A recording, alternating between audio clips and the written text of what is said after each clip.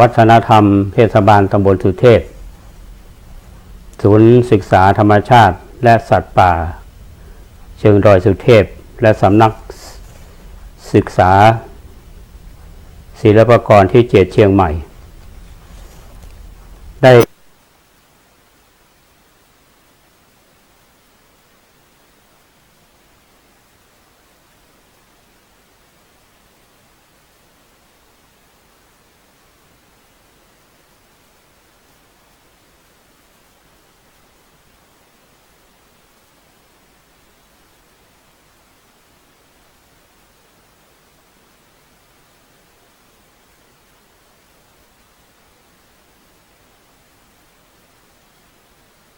หรือกัน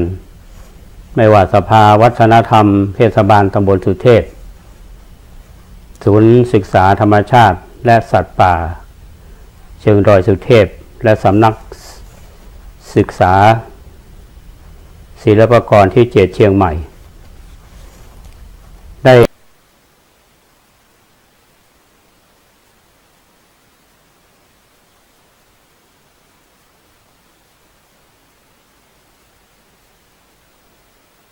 หรือกันไม่ว่าสภาวัฒนธรรมเทศบาลตำบลสุเทพศูนย์ศึกษาธรรมชาติและสัตว์ป่าเชิงดอยสุเทพและสำนักศึกษาศิลปากรที่7เชียงใหม่ได้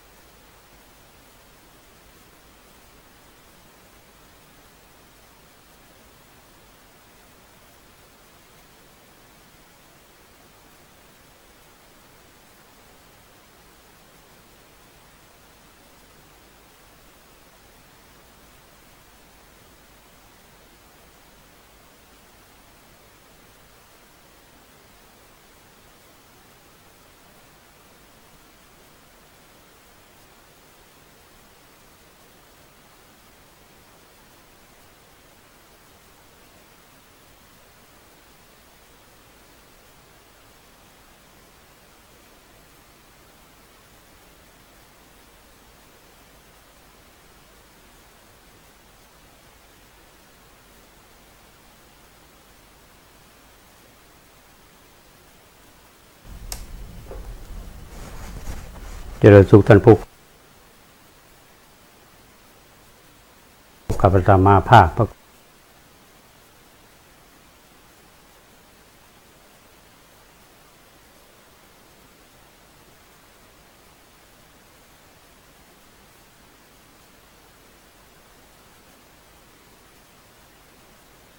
ทุกท่าน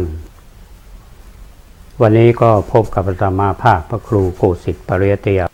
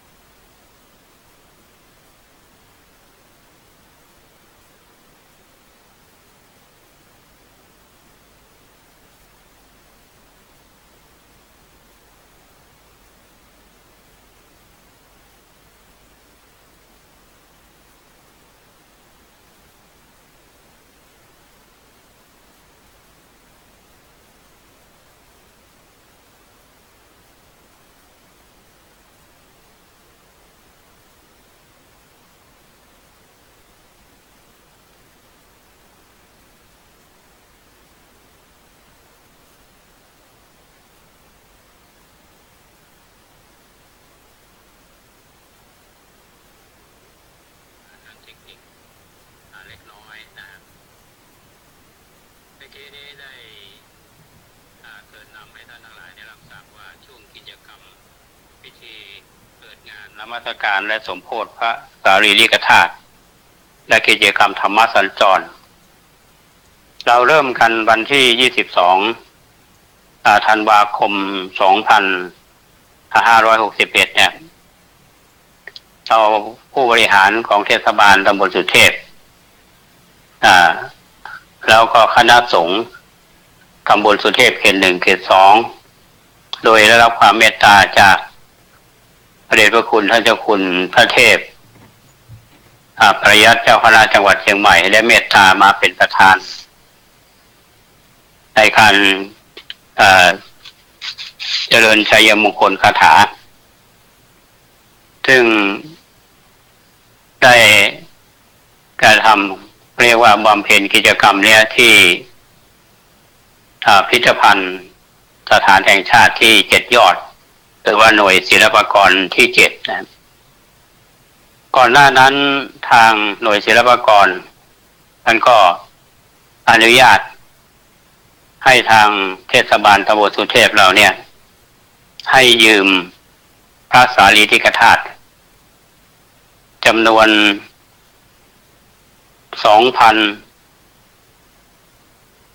1,250 องค์นะครับ 1,250 องค์เนี่ยก็คือเราถือเอาว่า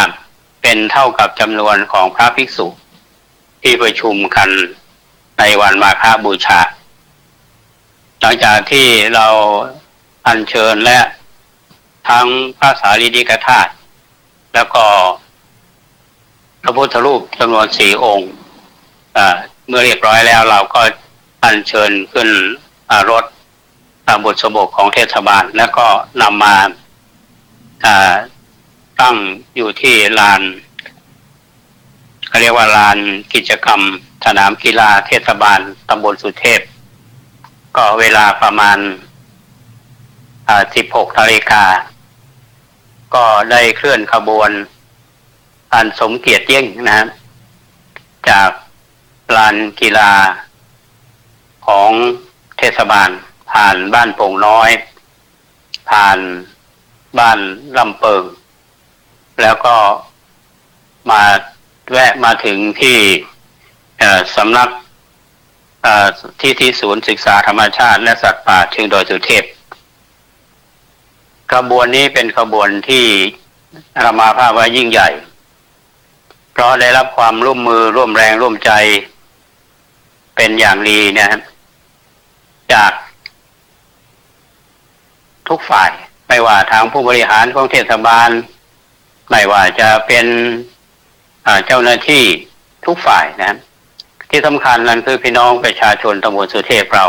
ก็ให้ความร่วมมือโดยเฉพาะกลุ่มสตรีแม่บ้านกลุ่มช่างฟ้อนเห็นแล้วประทับใจแล้วก็ได้อัญเชิญพระสารีริกธาตุและพระพุทธรูปเนี่ยไปประดิษฐานที่วัดพระธาตุเรียกว่าวัดเถนจันทร์หรือว่าวัดแสงจันทร์เนี่ยนะครับซึ่งหน้าที่นี้เป็นที่เราเป็นโบราณสถานสำคัญเพราะมีพิธีเปิดโดยเลขานุการท่านรัฐมนตรีว่าการกระทรวงท่องเที่ยวอย่างสมเกียรติแล้วพระสงฆ์ที่เมตตามาเจริญพุทธมนต์มีพระเดชพระคุณท่านเจ้าคุณพระเทพปริยัติเจ้าคณะจังหวัดเชียงใหม่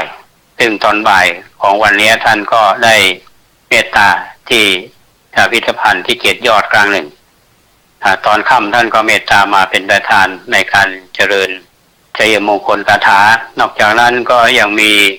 พระเดชพระคุณท่านเจ้าคุณท่านเจ้าคณะอำเภอเมืองเชียงใหม่วัดสวนดอกแล้วก็มีท่านรองเจ้าคณะอำเภอทั้ง2 รูปแล้วก็มีพระสังฆาธิการงานนี้ก็ถือว่าเป็นการแสดงความมีน้ำใจและรวมพลังของพี่น้องชาวตำบลสุเทพหลังจากมีพิธีเปิดอันสมเกียรติแล้วเนี่ยก็มีการนำเสนอข้อมูลของนักวิชาการโดยเฉพาะอาจารย์จากมหาวิทยาลัยเชียงใหม่ซึ่งก็ ได้เสียสละเวลาค้นคว้างานวิชาการโดยเฉพาะท่านอาจารย์สมโชติหองสกุลก็ได้นำเสนอแก่ผู้ที่มาร่วมงานกันคืนนี้ก็ถือว่าเป็นคืนที่เรามีความภาคภูมิใจมากเมื่อจบพิธีเปิดเรียบร้อยฟังการนำเสนอในเชิงวิชาการเรียบร้อยแล้วเนี่ยเราก็ได้ฟังพระธรรมเทศนาจากท่านพระครูธีระสุทธพจน์ท่านพระครูธีระสุทธพจน์นี่เป็นรองอธิการบดีฝ่ายบริหารมหาวิทยาลัยมหาจุฬาลงกรณราชวิทยาลัยวิทยาเขตเชียงใหม่เจ้าวาดวัดผาลาดท่านก็ได้พูดถึงเรื่องของมหาเถรจันทร์เรื่องราวตั้งแต่สมัยพระเจ้าเมงรายและการก่อกำเนิดขึ้นมาของมหาเถรจันทร์และความเป็นผู้ที่มีความเฉียวฉลาดเป็นผู้มีความแตกฉานในพระไตรปิฎกแล้วก็ทราบข้อมูลเชิงลึกหลายๆเรื่องก็เป็นที่ประทับใจอย่างยิ่งของผู้ที่ฟังพระธรรมเทศนาในคืนนั้นท่านที่ฟังการถ่ายทอดเสียงของสถานีวิทยุแห่งนี้คือวิทยุ FM 104.5 เมกะเฮิรตซ์ของวัดป่าหินของเรานี่ก็จะทราบในบรรยากาศเหล่านั้นหลังจากที่ฟังพระธรรมเทศนาจบแล้วเนี่ยพระเดชพระคุณท่านเจ้าคุณพระภาวนาพิรัตน์วิปัสสนาท่านเป็นเจ้าคณะตำบลสุเทพเขต 2เจ้าวาดวัดลำเปิงก็ได้กล่าวสัมโมทนียกถาซึ่งท่านก็กล่าวด้วยความประทับใจและด้วยความดีใจว่าการจัดกิจกรรมครั้งนี้ก็ชื่นชมกับผู้บริหารของทางเทศบาลชื่นชมกับคณะสงฆ์ชื่นชมกับญาติโยมที่ให้ความร่วมมือทั้งนักวิชาการและผู้นำชุมชนที่ให้ความร่วมมือกันเพื่อเราจะสะท้อนย้อนไปถึงบุรกษัตริย์ที่มีคุณูปการอันยิ่งใหญ่แก่แผ่นดินล้านนาโดยเฉพาะตำบลสุเทพของเราและพระมหาเถระเหล่านั้นซึ่งเป็นบุรพาจารย์ของเราเนี่ยได้ทำกิจกรรมอันเป็นประโยชน์อย่างมากมายและพวกเราในฐานะที่เป็นคนรุ่นหลังเนี่ยระลึกถึงสิ่งเหล่านั้นเราเอาความดีของท่านมาปรากฏมาเผยแผ่ด้วยความประทับใจอย่างยิ่งจริงๆแล้วท่านพูดหลายๆประเด็นนะฮะเมื่อจบแล้วเนี่ยทุกคนอาตมาสังเกตเนี่ยฮะไม่ว่าจะเป็นพระสงฆ์องค์เจ้าไม่ว่าจะเป็นคณะทำงาน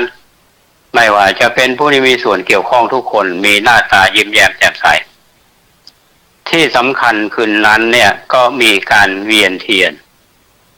3 รอบนะฮะรอบเจดีย์เถรจันทร์หรือพระธาตุแสงจันทร์เนี่ยถ้าลองนึกดูนะทั้งผู้ใหญ่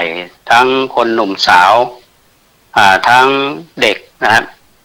แล้วผู้ที่มาวันนั้นเนี่ยแต่งชุดขาวกันหมดนะและในท่ามกลางของแมกไม้ท่ามกลางแสงจันทร์ของคืนวันพระของวันที่22เนี่ยมันเป็นคืนแห่งความอบอุ่นใจและดีใจและมันมีความสงบ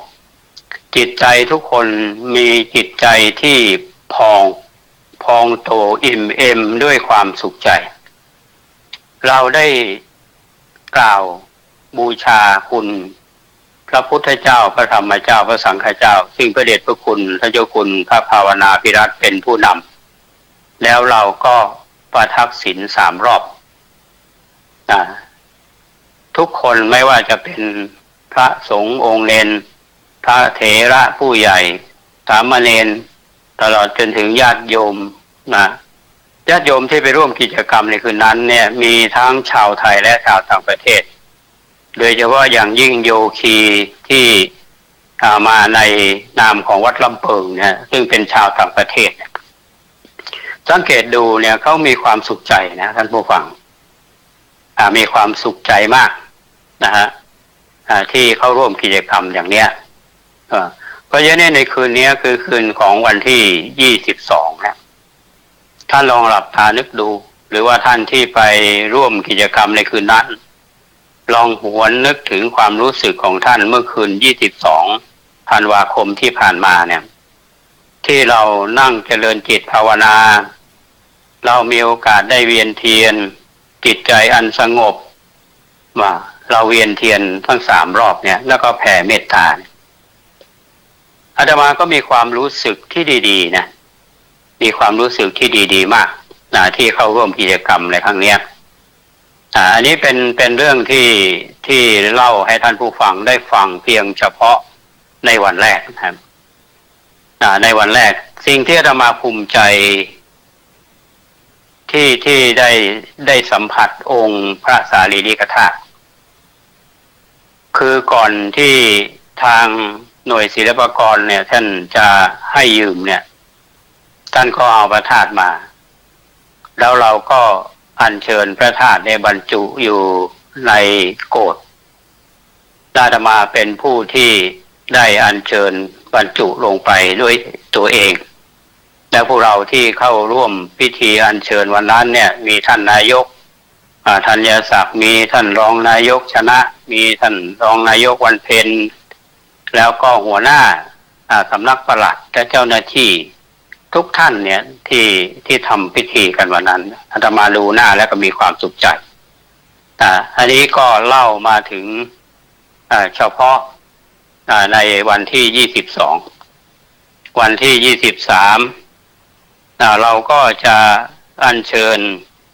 พระสารีริกธาตุไปที่วัดอุโมงค์สวนพุทธธรรมแล้วในตอนบ่ายบรรยากาศจะเป็นอย่างไร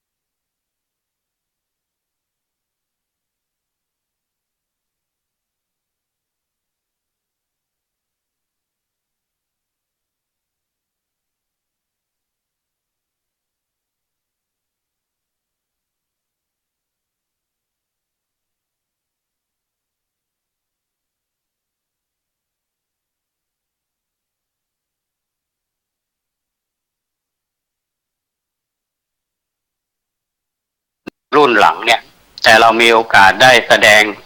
ความกตัญญูกตเวทีนึกถึงบุญคุณอันยิ่งใหญ่ของบุร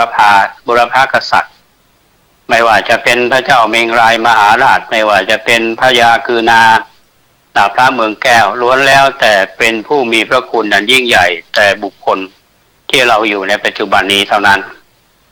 อย่างน้อยก็จะเป็นเครื่องบ่งบอกว่าที่เราทำกันเนี่ยมันบ่งบอกถึงความมีน้ำใจมีน้ำใจต่อและนึกถึงคนพวกนั้นที่ท่านล่วงลับดับขันไปโดยเฉพาะท่านมหาเถรจันทร์เนี่ยนะหลายท่านก็คงไม่เคยได้ยินนะครับเพราะวันต่อไปเนี่ยอาตมาจะพอถึงวัดอุโมงค์เรื่องราวของวัดอุโมงค์เนี่ยอาตมาจะนำมาเล่าให้ท่านทั้งหลายได้ฟังเท่าที่มีเวลาอยู่เนี่ยแล้วว่าถามว่าท่านพระมหาเถรจันทร์เนี่ยเป็นใครเนี่ยมีความสำคัญอย่างไรท่านจะสร้างประโยชน์คุณูปการอะไรบ้างแก่แผ่นดินในสมัยนั้นแล้วทำไมพระมหากษัตริย์ในสมัยนั้นถึงให้ความนับถือและยกย่องในตัวของท่าน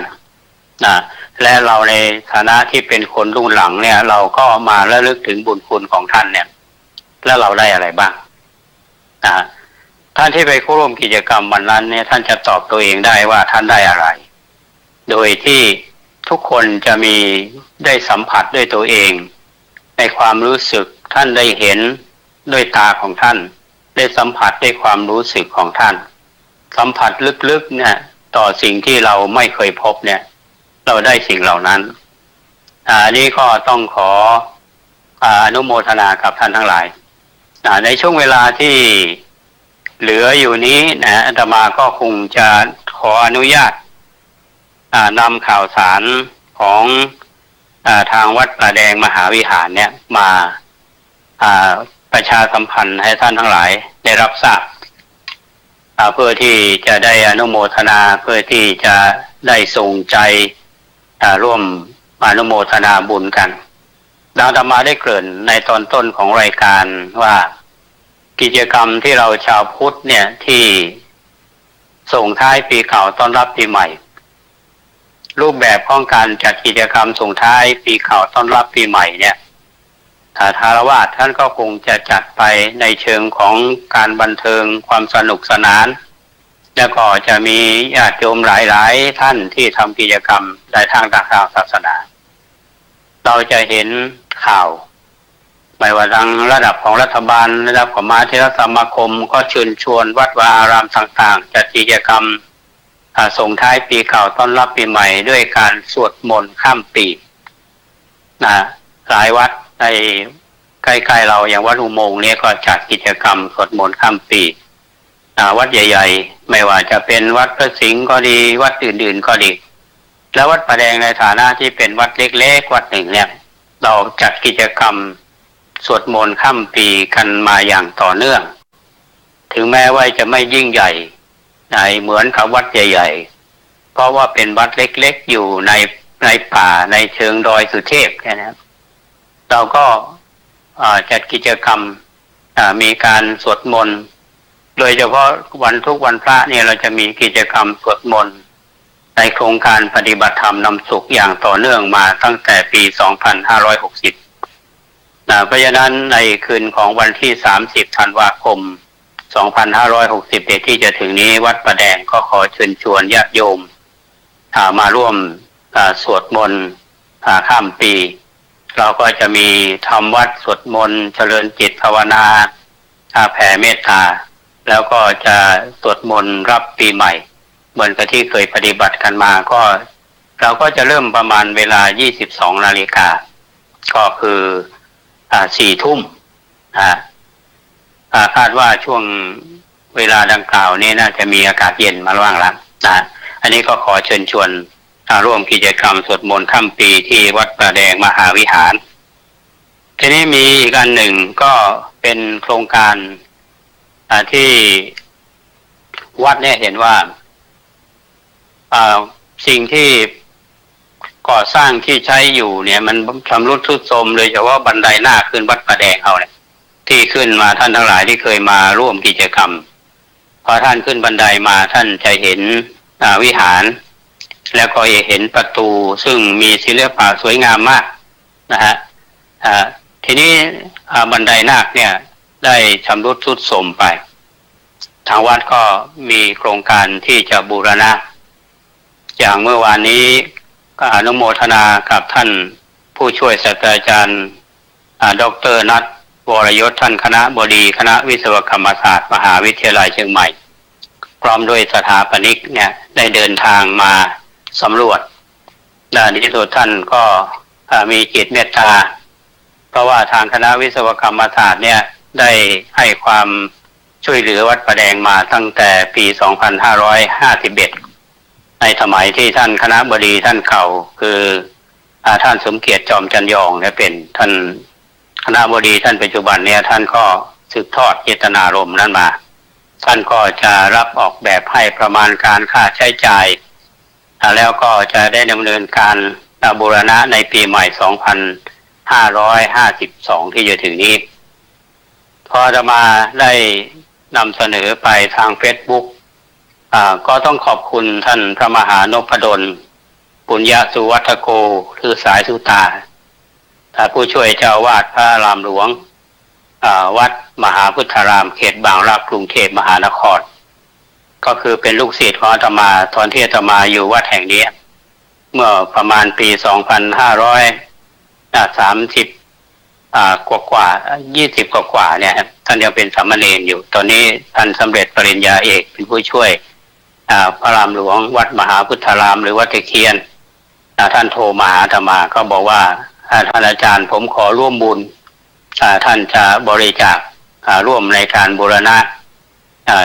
บันไดนาคของวัดประแดงเนี่ยจำนวน 10,000 บาทตอนนั้นก็รับปากว่าจะบอกบุญญาติโยมให้มาร่วมทำบุญกันท่านบอกว่าสร้างบันไดเนี่ยเหมือนเราก็สร้างบันไดขึ้นสวรรค์ฟังแล้วประทับใจเพราะฉะนั้นก็ถือโอกาสนี้บอกมาถึงญาติโยมทั้งหลายว่าได้จะมีส่วนร่วมในการที่จะบูรณะบันไดนาควัดประแดงหลายท่านเนี่ยก็คงจะได้ผ่านหูผ่านตามาบ้างอาตมาเคยโพสต์ใน Facebook ว่าบันไดนาคแห่งนี้ได้มีการสร้างมาตั้งแต่สมัยพระเจ้ากาวิโรรสสุริยวงศ์อันนี้อ้างคำพูดของท่านอดีตเจ้าวาดคือท่านครูบาอ่องอรินโทจากที่พ่อหนานปวงคำตุ้ยเขียวเนี่ยท่านมีบันทึกไว้ว่าได้มีการสร้างตั้งแต่ปี2404นะครับแล้วก็มีการบูรณะอีกครั้งหนึ่งเป็นบันไดนาคเนี่ย2538พอมา2562นี้เราร่วมกันสร้างบูรณะแล้วก็ตามแบบที่ทางคณะวิศวกรรมศาสตร์ท่านได้ออกแบบให้คิดว่าน่าจะอีกไม่กี่วันเนี่ยท่านก็ต้องเข้ามาดูแลเรื่องการออกแบบให้เราอันนี้ก็ประชาสัมพันธ์ให้ท่านทั้งหลายได้รับทราบเพราะฉะนั้นเราท่านทั้งหลายเนี่ยเราในฐานะที่เป็นชาวพุทธเราก็ร่วมสร้างเสนาสนะเท่าที่ทำได้อาตมาอยู่วัดประแดงเนี่ยก็พยายามที่จะทำงานที่เท่าที่ทำได้แล้วเป็นวัดเล็กๆและต้องขอบคุณญาติโยมทั้งหลายที่มาเห็นแล้วมีจิตศรัทธาร่วมกันบูรณะวัดประแดงมาก็ดีขึ้นกว่าเก่าเยอะต้องขอบคุณทางคณะวิศวกรรมศาสตร์มหาวิทยาลัยเชียงใหม่ที่ได้มีส่วนช่วยวัดประแดงมาอย่างต่อเนื่องและญาติโยมทั้งหลายที่ได้สนับสนุนกิจกรรมของวัดมาตลอดก็จงอนุโมทนาอาตมาในฐานะที่เป็นเจ้าวาดได้ก็ชื่นชมอนุโมทนาบุญกับท่านทั้งหลายก็คิดอยู่ว่าในชีวิตของคนเรานี่มีโอกาสได้ทำในช่วงเวลาที่ผ่านมาเนี่ยในปี2560ก็ดี61ก็ดีเนี่ยที่เราทุ่มเททำงานตรงนี้ทุกฝ่ายเนี่ยอาตมาเชื่อว่าสิ่งที่ทำไปเนี่ยมันเป็นการทำงานเพื่อส่วนรวมไม่ได้ทำเพื่อตัวเองและญาติโยมทุกท่านก็สนับสนุนนี้ก็ต้องขออนุโมทนากับท่านที่แจ้งความจำนงมาหรือท่านทั้งหลายที่จะมีจิตศรัทธาที่จะร่วมบุญกันท่านสามารถที่จะมาบริจาคได้ที่วัดประแดงมหาวิหารตำบลสุเทพอำเภอเมืองจังหวัดเชียงใหม่ท่านก็สามารถที่จะใช้เบอร์โทรศัพท์0818815690 วัดประแดงมหาวิหารหลายท่านเคยมาแล้วหลายท่านยังไม่เคยมา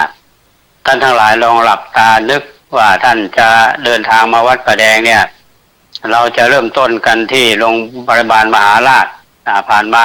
หน้าวัดสวนดอกผ่านคันคลองผ่านมหาวิทยาลัยเชียงใหม่แล้วก็จะมีซอยซ้ายมือเนี่ยมีชื่อวัดประแดงก็ประมาณ1 กิโลวัดจะอยู่เชิงเขา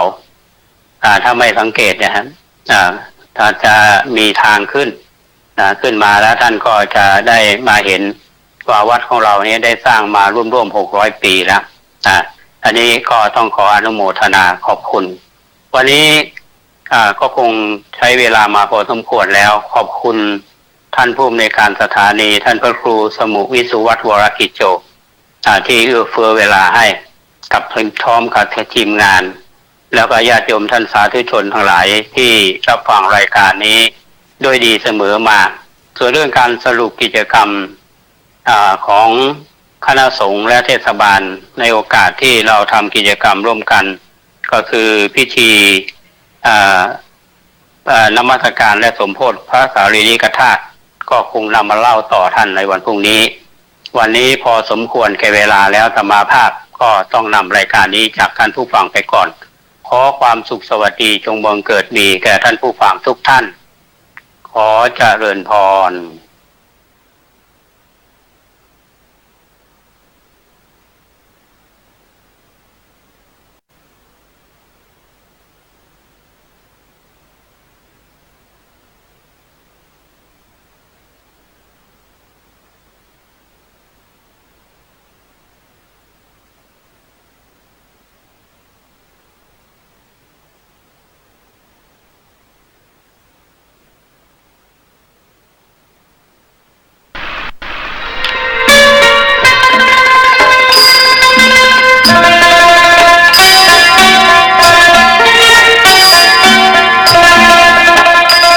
ท่านได้รับฟังจบลงไปแล้วนั้นเป็นรายการร่มโพบรรยายโดยพระครูโคสิทธิปริยัตยาภรณ์เจ้าคณะตำบลสุเทพเขตหนึ่งเจ้าอาวาสวัดป่าแดงมหาวิหารอำเภอเมืองจังหวัดเชียงใหม่ท่านจะติดตามรับฟังรายการนี้ได้เป็นประจำในเวลานี้ขอเชิญชวนผู้มีจิตศรัทธาร่วมกองทุนพระเจ้าติโลกราชโดยติดต่อได้ที่วัดป่าแดงมหาวิหารโทรศัพท์053-328-370หรือ0818815690การส่งเสริมการศึกษาเหมือนติดอาวุธทางปัญญาให้กับเด็กและเยาวชน